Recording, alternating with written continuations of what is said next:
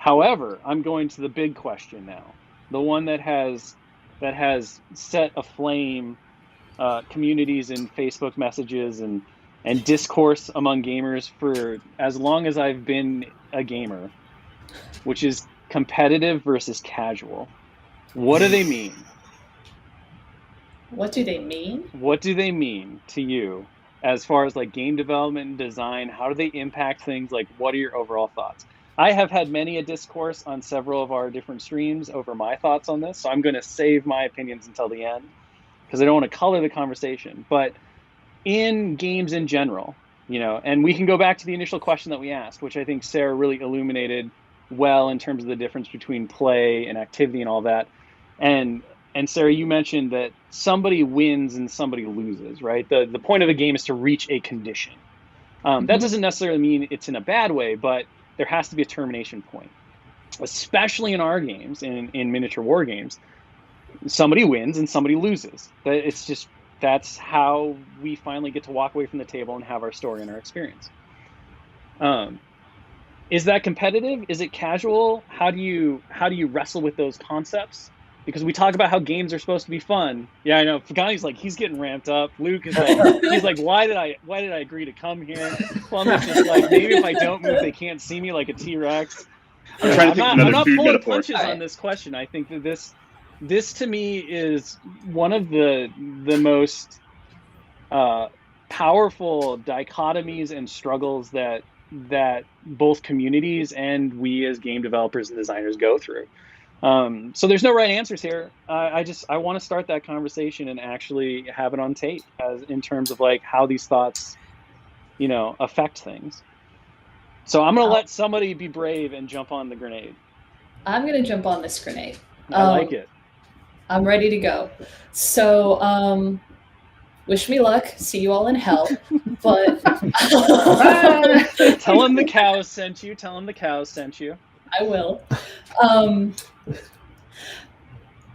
I think how I conceptualize competitive versus casual, anyone can choose to make something competitive. Anyone who has been around other people knows that some people can make anything competitive. There's a great Scrubs episode about that, actually. Wonderful. There, now you all have a signed reading. But I think as far as designing the game goes, a lot of it is investment and reward and loss. So going back to what we said earlier about the percentage of the game you spend pre-planning it versus the percentage of the game you spend doing skill-based play, those are like big chunks of investment. And the higher those numbers are, the more likely the game is to spawn a competitive community. I know there's a competitive rock, paper, scissors community. Again, that some people can choose to make anything competitive, but as a whole, the trend is that if there is a lot of investment and pre-planning and complexity, it is more likely to become competitive in the community. And especially if there is some sort of reward for winning. So like there are chess tournaments. So there is rewards in the form of glory, money. I don't know what you win in chess. A lot of money. A lot of money and glory, right. So then it becomes more competitive because there's something to be won and lost. Whereas like if Pagani and I play rock, paper, scissors right here live on stream, nothing happens besides that, I don't know, maybe the chat goes bananas. All right, you ready? Here we go. Swear up, Pagani. See, you could choose to make it competitive, but you don't have to. I'm not going to get paid less if I lose to Pagani right now on stream. I mean, we could make that happen. I kind of want to see it. I want to see. I don't think we've seen the fangs come out on Sarah yet in terms of like the competitive side. You've been very chill so far. That's a ruse. right, Mr. Luke Eddy, you, sir, come from the FFG side of things, the Star Wars communities, which have a very well-established foundation of a competitive, section of the pie. We have the open system tournaments, the worlds, all of that stuff that have been for really every Star Wars game. So I'm curious to get your thoughts on this, as you've been very heavily enmeshed in it throughout your entire development career.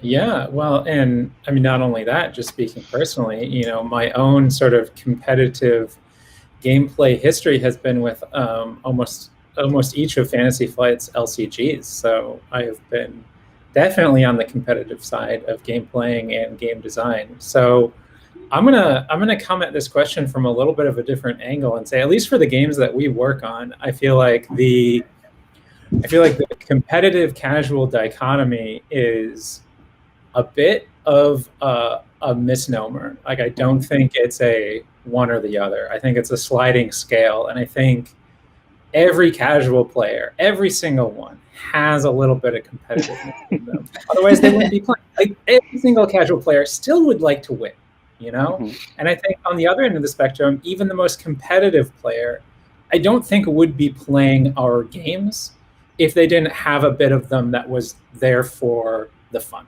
to have fun playing the game. Because again, they could go play other games that are just have so much of that, that formula we were talking about before, so much of that sort of luck stripped out, and there's less of that sort of narrative that gets told by the unexpected interactions of the game. So I think it's a sliding scale, especially for the games that we work on. So I think dividing one against the other is, I think, honestly, a bit unhelpful for the perspective that we have for designing the games we do. So I think there's some of each, and I think a lot of times, we may look. Well, I think both sides can be looked down on a little bit. The filthy casuals versus your sweaty competitive players. Sweaty, love that. Exactly. Yeah. So that's good. I've never heard I've never heard sweaty competitives, but I like it. Oh yeah, that is in video. Yeah, this is very much, if you're you got to sweat it out in those competitive matches. So I think, though, honestly, personally, when I do design, I am designing for the casual players, and I'm balancing for the competitive players, because I think casually everyone wants to have fun. Especially, I mean, I'm designing Star Wars stuff, and the idea, the goal there, as we touched on before, is to translate characters and ships and vehicles and things into a game, and that's supposed to be fun, right? And that's the casual player, and that's even the casual player in the competitive players. They want to have fun with those and experience Star Wars, right? So I'm designing for casual, for fun, but then you balance for competitive, because that's what the competitive players want. They just want the game to function well, to be balanced, not have obvious imbalances in power levels between things. So that's a bit of the approach I take. And I think something else I like, have to remind myself of when I'm working on games is that the casual game player, the kitchen table meta, is the vast majority of the people playing our games. Our games are played way, way more in those settings than they are in tournaments, but you don't hear from those players as much. The competitive side, the players going to tournaments, those sorts of things, that's the vocal minority. But at the same time, those players can also be the heralds of your game. They can be the ones hyping up your games and getting other people excited about it. So again, I think I am designing for one side, but then I'm also in another way catering to the other side that I know is important to the health of our game lines. All right, Mr. Pagani, I'm going to go to you next, because I believe, as a semi-retired professional competitive miniature gamer, we've had a lot of interesting conversations about how this interplay works, and I know that you've also had some interesting insight from your time in the communities as both player and developer. So I have very strong feelings on this, and I've had strong feelings on this for many, many, many, many years. And I think, and much like Plummer has said in the past 5 years, things have changed for him. It's definitely changed for me a lot as well. and I think the tag of competitive versus casual is basically meaningless because each person defines it for themselves. So like, I'm a competitive player. Like if I don't say that out loud, it doesn't mean anything. There's nothing different between me and another player, right? So like the divide between competitive and casual, I think, is entirely artificial. And if you listen to the Gen Con streams from back in the day, which feels like 7 years ago, but at COVID times, it was a couple months ago. I think we talked about how Dallas always says that casual gamers benefit just as much as competitive gamers from a tight rule set, right? Because when you are a casual gamer, you're playing with your buddies, you're playing to have a good time, you're there. You want that clear, concise, well-written, well-executed rule set so that you can play your game and you don't have to go look things up and you can just do what you want to do. And then when you're a competitive player, you still want that so that you know that you're both playing the same game, right? So like when you're designing a game, I think it's completely false to say that there is even a difference between these two communities, because what benefits one will benefit the other. And the competitive players can pick what they want to play with competitively, and the casual players can pick what they want to play with casually, and it's literally the same thing, right? To sort of go into a slight Pagani rant, I guess, I think the issue comes in when people stop seeing the game as fun and purely sort of invest their personal worth into winning games. And I don't think this is anything specific, right? And that's where you see the people that are rude, that are sweaty competitive players, as Luke put it, right? I mean, I would argue that filthy casuals can also completely fit that bill as well, because they have we'll get there. Yeah, we'll get there. Yeah. I'm gonna rant. We're gonna rant. Oh. No, it's not. But yeah, so like I think some of the competitive people that are self-defined competitive people stop seeing the game as something that they should be doing for enjoyment, and they purely see it as a 1 or a 0 in the win or loss column. And that takes all the fun out of the game, because now you're not enjoying it with the person across the table from you. They are your enemy. They are your opponent. Yes, but they are also here playing a game. And if you can't engage with them through the game, like, why are you here, right?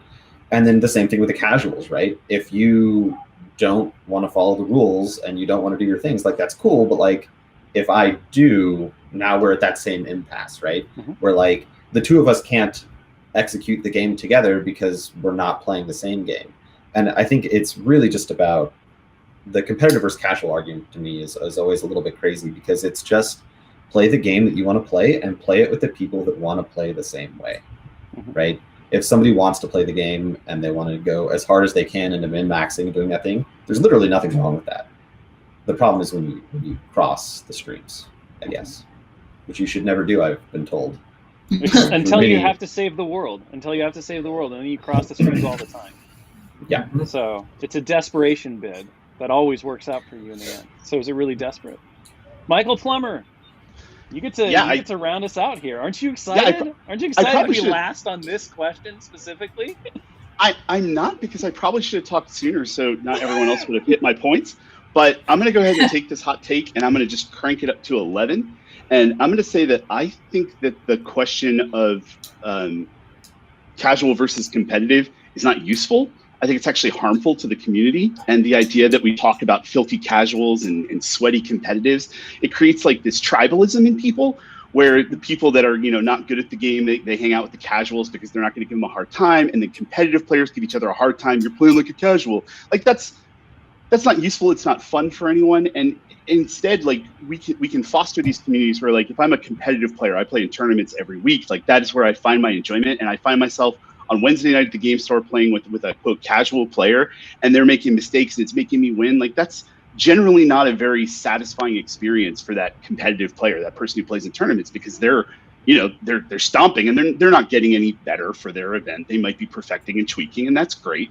But if we were a little friendlier and said, hey, after the game, you did this was a mistake. Do you want to hear this? Talk to them, find out if that's how they want to play the game. Do they want to take part in tournaments? And you can kind of raise people up to your level. And if you do that, then you make friends with those people, and then they can say, you know, hey, I want to play this wacky thing. Can you bring something to play with me? And then you get a new experience, just playing the game, throwing something out, and maybe you learn something that's crazy and it works. I don't think they have to be mutually exclusive, right? I think that if people kind of connected over the way that they play games and shared that with one another, we'd have even more ways to play games. And that's where I land on casual versus competitive. They're the same thing. We're all playing the same game. And if we make a good game, people want to play it. And how you want to play it, that's up to you. And that's the beauty of games, right? Like they can be an arena, they can be a playhouse, they can be, you know, just something that you do for fun. Games can be whatever they want to be for you. And if you share that with other people, everyone's going to have a good time, and we can all learn to play in different ways. Yeah. So I will cap off this with, I think everyone here made great points, and largely, you know, I can tell we'll work together because much like Plumber, most of my thoughts and feelings on the subject have been made. The one additional thing I would note, as far as like being a part of the gaming community for almost 30 years now, being in the industry for 15 or so, I think that the real issue of the casual versus competitive discussion and debate is people forgetting that we play games with people. When you only look at the game and you don't look across the table, that's when this becomes an issue. If you look across the table and you realize, hey, it takes two of us to tango, or however many number, the question is moot. As Plummer pointed out, you have that conversation, you begin to see all of the different ways you can experience stuff. As Pagani pointed out, it becomes a meaningless thing. As Luke pointed out, everybody feels the same way, you have different focuses. But as long as you realize that person's there, casual versus competitive just disappears. It's only when we look at the game and not the people that we play with that becomes the problem.